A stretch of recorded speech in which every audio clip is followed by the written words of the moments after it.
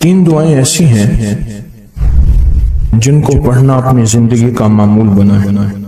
ان کے فوائد، ان کے فضائل، ان کی برکات اور ان کے کمالات زندگی میں بہت زیادہ ضروری ہیں، اور آج کے فتنوں کے دور میں ان کی برکات ہماری زندگی کی، ہمارے دن رات کی اشد ضرورت ہے۔ حدیث میں آتا ہے جو شخص نماز فجر کے بعد 3 مرتبہ سبحان اللہ العظیم و بحمدہ پڑھیں، سبحان اللہ العظیم و بحمدہ، سبحان اللہ العظیم و بحمدہ، سبحان اللہ العظیم و بحمدہ، جو پڑھے گا وہ 3 بیماریوں سے محفوظ رہے گا، اندھا نہیں ہوگا، کوڑ جلدی بیماریاں نہیں ہوں گی، اس کو جلد کی کوئی بیماری نہیں ہوگی، معذور نہیں ہوگا، فالج نہیں ہوگا۔ انسان ساری زندگی ایک دعا کرتا ہے، مولا بستر چارپائی کا محتاج نہ کرنا، کسی بندے کا محتاج نہ کرنا، منجے اور بندے کسی کا محتاج نہ کرنا۔ جو شخص فجر کی نماز کے بعد جیسے کہ تسبیح خانے میں اس کا اہتمام اس لیے کرایا جاتا ہے کہ یہ ہماری طبیعتوں، مزاجوں، بولوں اور جذبوں میں آ جائے، اور ہم اس کو روزانہ پڑھنے والے بن جائیں، اور روزانہ پڑھنا اس کو اپنا معمول بنائیں، سبحان اللہ العظیم و بحمدہ، سبحان اللہ۔ اور ایک اور حدیث میں ہے کہ وہ کلمے ایسے ہیں جو اللہ کو بہت محبوب ہیں، زبان پر ہلکے ہیں، اعمال میں بہت وزنی ہیں، ترازو میں بہت وزنی ہیں، اور وہ 2 کلمے کیا ہیں؟ سبحان اللہ العظیم و بحمدہ۔ اور آقا کا فرمان ہے، جس نے کہا سبحان اللہ العظیم و بحمدہ، اس کے لیے جنت میں کھجور کا ایک درخت لگ گیا، اور جس کے لیے لگا تو پھر وہاں جائے گا، کھائے گا، لگا میرے لیے، کھائے کوئی اور۔ سوچیں، جنت میں کھجور کا درخت لگا ہے تو اللہ پاک پھر اپنی رحمت اور قدرت کاملہ سے اس کو بھیجے گا، اور وہ انشاءاللہ کھجور کھائے گا۔ یہ دعا اس لیے پڑھتے ہیں، ایک تو بیماریوں سے حفاظت، اندھے پن سے حفاظت، معذوری سے حفاظت، جلدی بیماریوں سے حفاظت۔ ایک تو اس لیے پڑھتے ہیں، اور ایک اس لیے پڑھتے ہیں کہ اس کے ایک دفعہ پڑھنے سے جنت میں اللہ کھجور کا ایک درخت لگا دیتا ہے۔ اور سنیں، رسول اللہ صلی اللہ تعالی علیہ وسلم نے فرمایا، جو شخص بھی سبحان اللہ العظیم و بحمدہ ایک دن میں 100 مرتبہ پڑھتا ہے تو اللہ اس کے گناہ مٹا دیتے ہیں، چاہے گناہ سمندر کی جھاگ کے برابر کیوں نہ ہو۔ ایک تسبیح جو شخص پڑھتا ہے، رسول اللہ صلی اللہ تعالی علیہ وسلم ایک مرتبہ صحابہ سے فرمایا، آپ نے فرمایا کہ سبحان اللہ العظیم و بحمدہ 100 مرتبہ پڑھو، جس نے 1 مرتبہ پڑھا اس کے لیے 10 نیکیاں لکھی جائیں گی، جس نے 10 مرتبہ پڑھا اس کے لیے 100 نیکیاں لکھی جائیں گی، اور جس نے 100 مرتبہ پڑھا اس کے لیے 1000 نیکیاں لکھی جائیں گی، اور جو زیادہ پڑھے گا اللہ رب العزت اسے زیادہ عطا فرمائیں گے، اور جو اللہ سے بخشش طلب کرے گا تو اللہ ضرور اس کو بخشش عطا فرمائیں گے، اور اللہ اس کو بخش دیں گے۔ ایسی طاقتور دعا ہم روزانہ رمضان میں بھی اور رمضان کے بعد بھی، تو کون سی دعا پڑھنی آج کے بعد؟ سبحان اللہ العظیم و بحمدہ۔ کیا پڑھنا؟ یہ دعا روزانہ کو اپنے معمولات میں، اپنی تسبیحات میں، اپنے معمولات میں، اپنی عادت اور عبادت میں شامل کر لیں تو انشاءاللہ فائدہ، نفع اور بہت زیادہ۔ ایک اور دعا ہم پڑھتے ہیں، اللہم اجرنا من النار۔ اچھا، اپنی ذات کے لیے اکیلے پڑھیں تو اللہم اجرنی من النار، اگر مجمع کے لیے اکٹھا پڑھیں تو اللہم اجرنا من النار۔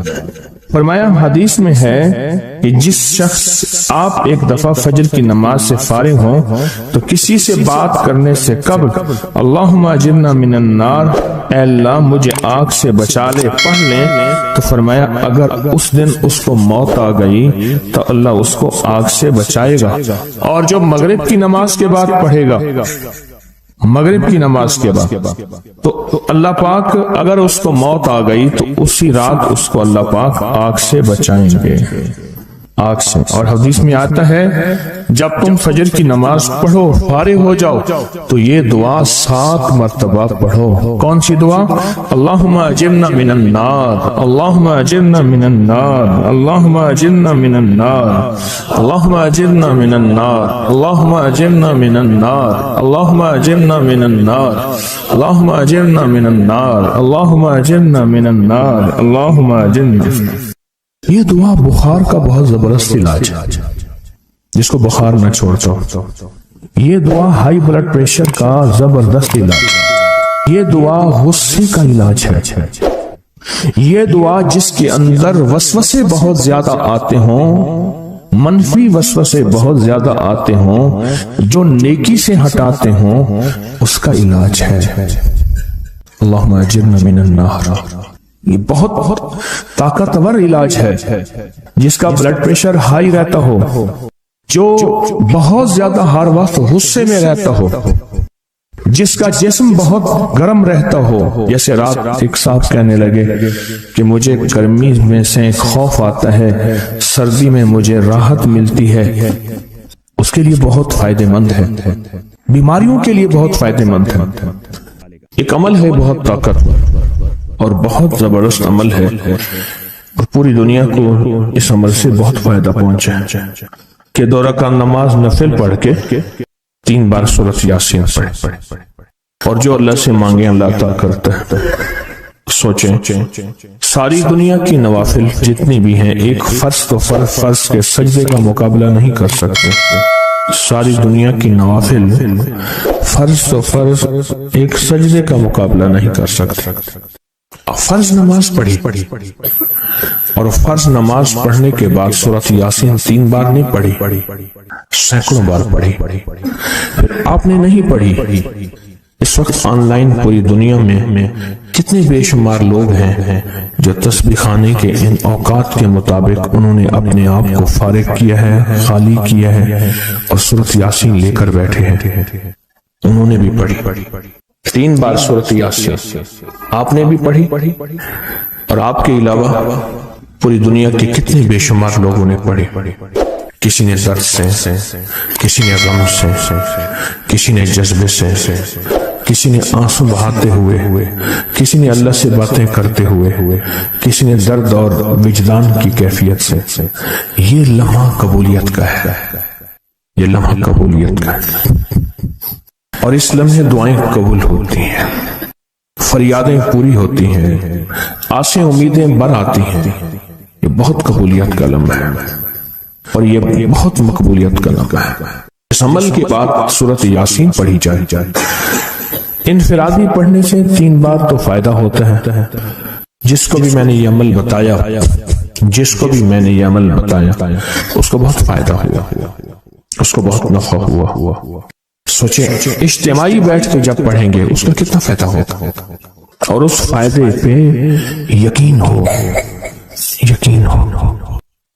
کہ جو کچھ ہوا ہے یہ فائدہ 100% ہے، اس میں کوئی شک نہیں ہے، اس پہ 100% یقین ہو، اس پہ 100% یقین۔ عمل ہوا اور عمل پہ یقین نہ ہوا، عمل کی تاثیر ختم ہو جاتی ہے۔ عمل ہوا اور عمل کے اوپر اعتماد نہ ہوا، عمل کا فائدہ ہواؤں میں تحلیل ہو جاتا ہے، اور عمل کیا اور اس پہ شک ہوا، وہ شک عمل کی طاقت کو ختم کر دیتا ہے۔ اس پہ 100% یقین ہو۔ اتنے سارے لوگوں نے بیٹھ کے پڑھا اور یقین سے پڑھا۔ اور ایک بات اور ہے، اگر آپ سورۃ یاسین پوری نہیں پڑھ سکے، سورۃ یاسین بعض اوقات بعض بندے اٹک کے پڑھتے ہیں اور دعا کا وقت ہو گیا، آپ چاہے بعد میں اس کو پوری کریں لیکن پوری ضرور کریں۔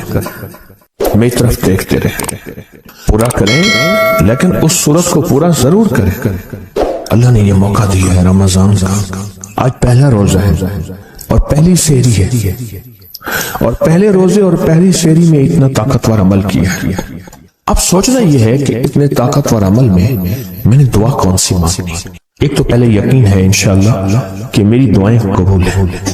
اچھا، قبولیت کی وجہ سحری کا وقت، تہجد کا وقت، ایک دوسرا قبولیت کی وجہ ایک مجمع کا اللہ کے لیے جمع ہو جانا۔ فرمایا جہاں 40 پردیسی، 40 مسافر صرف اللہ کی رضا کے لیے جمع ہو کے دعا مانگیں گے، اللہ ان کی دعاؤں کو رد نہیں کرتا۔ آپ میں سے 90% مجمع تو پردیسیوں کا ہے، 90% مجمع۔ اور قبولیت کی تیسری وجہ یہ ہے کہ آپ نے فرض نماز پڑھی اور فرمایا فرض نماز کے بعد دعائیں قبول ہوتی ہیں، فرض نماز کے بعد دعائیں قبول ہوتی ہیں۔ اب قبولیت کی پہلی وجہ کیا ہے؟ سحری کا وقت، سحری کا وقت، فجر سے پہلے کا وقت دعائیں قبول ہوتی ہیں۔ دوسری وجہ فجر کا وقت، فرض نماز کے بعد دعائیں قبول ہوتی ہیں۔ اور تیسری وجہ مسافروں کا مجمع، اور چوتھی وجہ رمضان کے اللہ جل شانہ نے فرشتوں کو حکم فرمایا، فرشتوں ساری عبادات چھوڑ دو اور میرے روزے داروں کی دعاؤں پہ آمین کہو۔ ساری عبادات چھوڑ دو اور میرے روزے داروں کی دعاؤں پہ آمین کہو۔ ایک چوتھی وجہ ہو گئی کہ فرشتوں نے آپ کی دعاؤں پہ آمین کہا۔ اور پانچویں وجہ مل کے سورۃ یاسین پڑھنا، مل کے سورۃ یاسین۔ فرمایا سورۃ یاسین ہر تنگی سے نکالتی ہے، ہر مشکل سے نکالتی ہے، ہر ناکامی کا علاج ہے، ہر پریشانی کا علاج ہے، اور ہر ناممکن کا علاج ہے۔ اور فرمایا سورۃ یاسین مردوں کو بھی نفع دیتی ہے اور زندوں کو بھی نفع دیتی ہے۔ سورۃ یاسین جو نزع کی سکرات کی حالت میں ہو اس کو بھی نفع دیتی ہے، اور سورۃ یاسین اس بندے کی جو کسی تکلیف کی نزع میں، قرضے کی نزع میں اور بیماری کی سکرات میں ہو اس کو بھی نفع دیتی ہے۔ قبولیت کے اوقات، قبولیت کے لمحات، اور اس میں بیٹھ کے اللہ سے مانگنا۔ اب مانگنا کیا ہے؟ یہ تو یقین ہو گیا کہ انشاءاللہ ہماری آج کی یہ محفل، آج کا یہ بیٹھنا، آج کا یہ پڑھنا اور آج کا اللہ کی بارگاہ میں یہ حاضری دینا 100% انشاءاللہ قبول ہے۔ کوئی شک تو نہیں؟ کیوں اللہ والے میری طرف دیکھیں، سونے کی حالت یہ ختم کریں، یقین کامل ہے، پھر مانگیں کیا؟ سوچنا۔ جب سخاوت کی، سخی کی سخاوت موجوں پہ ہو، عروج پہ ہو، پھر مانگیں کیا؟ یہ سب سے اہم چیز ہے۔ تو وہ چیز مانگیں جو اللہ کے خزانے میں سب سے قیمتی ہے، وہ ہے ایمان، سب سے قیمتی، اور وہ سب کو نہیں دیتا۔ مال سب کو دیتا ہے، اپنے نہ ماننے والوں کو بھی اور اپنے ماننے والوں کو بھی، اپنے دوستوں کو بھی، بلکہ اپنے دشمنوں کو زیادہ دیتا ہے، زیادہ دیتا ہے۔ مال اپنے دشمنوں کو زیادہ دیتا ہے اور بعض اوقات اپنے دوستوں کو بھی زیادہ دیتا ہے، جیسے انبیاء میں سے حضرت سلیمان، حضرت داؤد، حضرت یوسف علیہ السلام، جیسے صحابہ میں حضرت عثمان غنی، عبد الرحمن بن عوف اور بے شمار صحابہ، اولیاء میں سے حضرت پیران پیر شیخ عبد القادر جیلانی اور بڑی بڑی ہستیاں۔ اللہ اس لیے دیتا ہے کہ یہ مومن یہ نہ سمجھے، تو سب سے پہلی چیز جو اللہ سے مانگنی ہے ایمان مانگنا ہے۔ ساری دنیا مل گئی، سارا مال مل گیا، ساری حکومتیں اور ساری چیزیں ملی، ایمان نہ ملا تو ہم گھاٹے میں رہ گئے، ہمارا سودا گھاٹے کا سودا تھا، ایمان نہ ملا۔ اللہ سے سب سے پہلے ایمان مانگنا۔ جو بندہ ساری عمر جو چیز مانگتا ہے، غور سے دیکھنا، غور سے سمجھنا، ساری عمر جو چیز مانگتا ہے، جو بندہ ساری عمر جو چیز مانگتا ہے، ساری عمر جو چیز مانگتا ہے، جو بندہ ساری عمر جو چیز مانگتا ہے اگر نہ ملی اللہ سچی طلب کی بنیاد پہ آخری وقت میں وہ چیز عطا فرماتے ہیں۔ حضور سرور کونین صلی اللہ تعالی علیہ وسلم کا فرمان ہے، حضرت انس بن مالک کی روایت ہے کہ لوگوں سنتے ہو جو شخص کسی چیز کے سے متعجب ہو کر سنے، غور سے سنے، انہوں نے فرمایا لوگوں سنتے ہو جو کسی شے سے متعجب ہو کر لا الہ الا اللہ کہتا ہے، اللہ ہر حرف کے مقابلے میں ایک ایک درخت پیدا کر دیتے ہیں جس کے اتنے پتے ہوتے ہیں جتنی دنیا میں دن، اور ہر پتا اس کی قیامت تک کے لیے اس کے لیے مغفرت کرتا ہے اور تسبیح پڑھتا ہے۔ متعجب ہوا، ہاں لا الہ الا اللہ، اچھا فلاں جیت گیا، واہ لا الہ الا اللہ، فلاں ہار گیا، اچھا فلاں بندے کے ساتھ یہ ہوا، فلاں واقعہ یہ ہوا، متعجب ہو کے کیا پڑھا؟ لا الہ الا اللہ، بس اتنا سا لفظ پڑھا، اور اتنے سے لفظ پڑھنے پہ اب وعدے سوچیں، کیا وعدے ہیں؟ میں کہ اللہ ہر حرف کے بدلے میں اب لا الہ الا اللہ، اب اس کے جتنے حرف ہیں آپ گن لیں، ہر حرف کے بدلے میں اللہ کیا کرتا ہے؟ ایک درخت پیدا کرتا ہے، اور اس کے پتے کتنے ہیں؟ تو معلوم ہوا کہ درخت کتنا بڑا ہے، بڑا ہوگا تو اتنے پتے ہوں گے، جتنے پتے جتنے دنیا میں دن، جب سے یہ دنیا بنی ہے کتنے دن ہوں گے؟ سال میں 365 دن ہے، دنیا بنے کو کتنے لاکھ سال کہتے ہیں؟ کوئی 5 کہتا ہے لاکھ سال، کوئی 6 سال کہتا ہے، کوئی لاکھ، پتہ نہیں کتنے لاکھ اندازے ہیں، اتنے دن ہیں، خربوں سے خربوں نیکیاں، خربوں سے خربوں نیکیاں اسی وقت بیٹھ کے یوں سمجھو 1 منٹ میں جتنے دنیا میں دن ہیں، اور پھر وہ درخت آگے سنیں، وہ درخت اس کے لیے قیامت تک مغفرت چاہتا ہے اور وہ تسبیح پڑھتا ہے، اور اس تسبیح کا سارا ثواب اسی کو جاتا ہے۔ ایک بابا جی تھے، ان کی قوم عالیوان قوم ہے، عالیوان کہتے تھے، نام یاد نہیں، میں نے بابا جی سے پوچھا، میں کہا بابا جی کاروبار آ کے جھانبا، یہ مخصوص لفظ ہے ان کا، میں نے کہا آپ کیا کاروبار کرتے ہیں؟ آ کے جھانبا مارتا ہوں۔ جھانبا اصل میں کہتے ہیں درخت کا ایک بہت بڑا لڑا اور شاخ ہو، اس کو جب گھسیٹیں گے تو اس کے ساتھ پتے، چیزیں، شاخیں، تنکے، بہت سی چیزیں اکٹھی ہو کے، سمجھ گیا نا، اس کے ساتھ آتی ہیں، اس کو آپ گھسیٹتے جائیں، جو کچھ دھاگا پڑا ہے، رسی پڑی ہے، شاپر پڑا ہے، لفافہ پڑا ہے، اسی کے ساتھ سمیٹتے آئیں گے، تو وہ بہت سی چیزیں ساتھ لے آتا ہے۔ میں نے اسے پوچھا کاروبار کیا ہے؟ کہہ رہا بس میں جھانبا برینا، بس والوں نے وہ جھانبا کیا تھا؟ وہ 3 چیزیں بیچتا تھا بازار کے ایک کونے سے دوسرے کونے تک۔ دانتن نہیں ہوتا یہ خواتین، اس کے گلے میں ہوتا تھا، ساتھ ایک کٹر ہوتا تھا، ایک وہ بیچتا تھا، دوسرا عطر ہوتا تھا جس کو بارے کہتا کپڑا پھٹ ونجے خوشبو نہ ونجے، اس کے بعد میں الفاظ تھے کپڑا پھٹ جائے خوشبو نہ جائے۔ تیسرا کوئی سرما تھا، وہ بیچتا تھا، شہر کے دروازے ایک بازار کے چلتے پھرتے ایسے، اس کو وہ جھانبا کہتا تھا۔ وہ کہتا تھا تھوڑی دیر کام کرتا ہوں، روزی بن جاتی ہے، میں آتا ہوں۔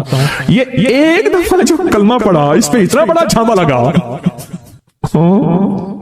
متعجب ہو کر، تعجب میں آ کے ایسی تعجب، اچھا لا الہ الا اللہ۔ اللہ پاک فرماتے ہیں جا تیرے ہر حرف کے بدلے، لا الہ الا اللہ کے کتنے الفاظ ہیں؟ 12 تقریباً کہہ رہے ہیں آپ، کوئی مجھے 100% بتائے۔ 12 اگر 12 بھی ہے تو ایک 12 پہ ہر حرف پہ کتنے درخت؟ ایک درخت، اور درخت کتنا بڑا؟ اتنا بڑا کہ اس کے پتے اتنے ہیں جتنے کائنات کے دن ہیں، عدد خلقہ ورضا نفسہ وزینت عرشہ ومداد کلماتہ۔ جی 12 اس کے حرف، تو آپ نے تو بیٹھے بیٹھے کمائی کر لی۔ یہ مومنانہ مزاج ہے، مومن چلتے چلتے اپنی آخرت کی کمائی کرتا جاتا ہے، چلتے چلتے اپنی آخرت، اپنی دنیا۔ اچھا پھر ایک اور فائدہ ہوگا، جتنی اس کے لیے درخت پتے تسبیحاں کریں گے اتنا اس کی نیکیوں میں اضافہ ہوگا، اور جتنا نیکیوں میں اضافہ ہوگا اس کی رحمتوں کے یہ نور میں آتا جائے گا، اور جتنا نور میں آتا جائے گا اس کی بلائیں، آفتیں، مصیبتیں ٹلتی جائیں گی، اور جن بلاؤں، آفتوں، مصیبتوں کو جادو، جنات، نظر بد، بیماریاں، تکلیفیں، حادثات، گلیاں بند ہونا، راہیں بند ہونا، رزق بند ہونا، صحت بند ہونا، مشکل، یہ سب ایسے ٹلتی اور کٹتی اور ہٹتی جائیں گی۔ ایسے ہی ہو جائیں گے۔ فرمایا کہ ایک شخص نے عرفات میں وقوف کیا، اس کے ہاتھ میں 7 کنکریاں تھی، اس نے کنکریوں سے مخاطب ہو کے کہا اے کنکریوں تم میری گواہ رہو اس بات کی کہ اللہ کے سوا کوئی معبود نہیں اور اس کے محمد صلی اللہ علیہ وسلم اللہ کے رسول ہیں۔ اپنے ہاتھ سے انہیں پھینک دیا۔ اس رات دیکھتا ہے کہ قیامت قائم ہے، اس کے گناہ نیکیوں سے زیادہ ہیں، اور پر خدا نے اس کو دوزخ میں لے جانے کا حکم دیا، لیکن دیکھا تو ان کنکریوں نے دوزخ کے دروازے بند کر دیے۔ سارے دوزخ کے محافظ کارکن جمع ہو گئے ایک پتھر کو ہٹانے پہ، پر وہ کنکریوں کا پتھر اتنا بڑا پتھر بن گیا کوئی ہٹا ہی نہیں سکتا، اور عاجز آ گئے۔ پھر لوگ اس کو عرش کے نیچے تک پکڑ کر لے گئے، یہ پتھر بھی سفارش کرتے ہوئے اس کے پیچھے پیچھے ہو لیے۔ پھر آخر اللہ نے اس کو جنت میں جانے کا حکم دیا، تو پھر یہ سارے پتھر جنت کے دروازوں میں آگے جا پہنچے، اور ہر پتھر کہنے لگا اے اللہ میری طرف سے اس کو جنت میں داخل کر۔ ہر پتھر سفارشی بن گیا ہے کہ جو بندہ سارا دن ذکر کرتا ہے، جو درخت ہوتا ہے وہ اس کے لیے قیامت کے دن گواہی دے گا، پہاڑ ہے وہ گواہی دے گا، پتھر ہے وہ گواہی دے گا، زمین ہے وہ گواہی دے گا، حتیٰ کہ یہاں تک فرمایا کہ وہ پہاڑ جھومتا ہے، وہ جگہ جھومتی ہے جہاں اللہ کا ذکر ہوتا ہے اور جھومتی ہے، اور دوسرے پہاڑوں دوسری جگہوں پہ فخر کرتی ہے کہ مجھ پہ وہ بندہ آیا ہے جو اللہ کو یاد کر رہا ہے۔ حتیٰ کہ جو بندہ اللہ کو یاد نہیں کرتا، چیونٹیاں اس کی منتیں کرتی ہیں، کیڑے مکوڑے سانپ مچھلو مچھلیاں اس کی منتیں کرتی ہیں اللہ کو یاد کر لے ورنہ عذاب آئے گا، عذاب میں جہاں تو رگڑا جائے گا وہاں ہم بھی رگڑے جائیں گے۔ ایک بندہ تھا، وہ لوگوں کے سامان اٹھاتا تھا، اس کے پر خچر ایک جگہ سے دوسری جگہ لے جاتا تھا، نمازی نیک آدمی تھا، غریب مزدور تھا۔ ایک دفعہ ایک لولا لنگڑا بندہ آیا اور کہنے لگا مجھے اپنے خچر میں بٹھا کے فلاں جگہ پہنچا دے، اتنے پیسے تجھے دوں گا۔ پیسے بھی معقول تھے، اس نے خیر اس کو پکڑا، سہارے سے بٹھایا، چلتے چلتے نا 2 راہیں آ گئے، 2 راہیں۔ ایک راہ وہ تھی جہاں ساری دنیا جاتی تھی، ایک راہ وہ تھی جو سنسان تھی۔ وہ معذور آدمی کہنے لگا اس سنسان راستے کی طرف چل، سنسان راستہ۔ انہیں کہ میں تو ادھر سے جاتا ہوں، میرا معمول تو ادھر ہے، میں تو ادھر نہیں جاؤں گا۔ انہیں مجھے راستے کا پتہ ہے، تو چل، یہاں سواری کا گھاس بھی ملے گا، پانی بھی ملے گا، اور راستہ بھی بالکل مختصر ہے۔ ٹھیک ہے۔ آگے گئے تو وہ ایک وحشت ناک جنگل آیا، اور وہ جو بندہ تھا معذور وہ ایک دم خچر سے اترا، اور وہ ٹھیک ٹھاک تھا، اس نے خنجر نکالا اور اس کو قتل کرنا چاہا۔ تو اس نے کہا مجھے قتل نہ کر، تیرا مقصد مال ہے، چیزیں ہیں، مجھے چھوڑ دے۔ انہیں کہ نہیں، میرا اصول ہے، یہ دیکھ لوگوں کی کھوپڑیاں پڑی ہیں، ہاں، میرا اصول ہے میں پہلے بندہ مارتا ہوں پھر اس کا سامان لیتا ہوں، میرا اصول ہے۔ اس نے کہا کہ نہ کر منتے کی۔ اچھا، اس نے کہا مجھے 2 نفل پڑھنے دے۔ ہنس کے کہنے لگا اور بھی بڑے آئے تھے 2 نفل پڑھنے والے، تو بھی پڑھ لے۔ اب یہ 2 نفل کے لیے کھڑا ہوا، اوپر ظالم خنجر لے کے تقاضا کر رہا کہ جلدی کر، میں نے تمہیں قتل کرنا ہے، میرا اصول ہے۔ اسے کچھ سمجھ نہیں آ رہی، تو ایک دم اس کے اندر منہ میں زبان آئی، امن یجیب المضطر اذا دعا۔ ایک دم یہ آیت آئی، کون ہے جو بے چین دلوں کی دعاؤں کو سننے والا ہے؟ کون ہے جو بے چین دلوں کی دعاؤں پہ پہنچنے والا ہے؟ کون ہے جو بے چین دلوں کی دعاؤں کو قبول کرنے والا ہے؟ بس یہ آیت کہی اور نفل بس پڑھ ہی رہا تھا تو وہ تقاضا کیا، اس کا خنجر بڑھنے لگا تو ایک آواز آئی، رک جاؤ۔ آسمانوں سے آواز آئی، رک جاؤ، کڑکدار خوفناک آواز تھی۔ تو یہ جو خچر سوار تھا یہ رک گیا، پھر آگے بڑھنے لگا، پھر دوسری بار آواز آئی، رک جاؤ، پھر بڑھنے لگا۔ ایک گھوڑدار آیا، ایک گھوڑ سوار آیا، اس کے ہاتھ میں ایک غرض تھا، اس نے اٹھا کے اس کو مارا، اس ظالم اور قاتل کو۔ وہ گرا، اور جہاں وہ گرا تو وہاں آگ کے شعلے، اور وہ جب جانے لگا یہ کہنے لگا اب کون ہے؟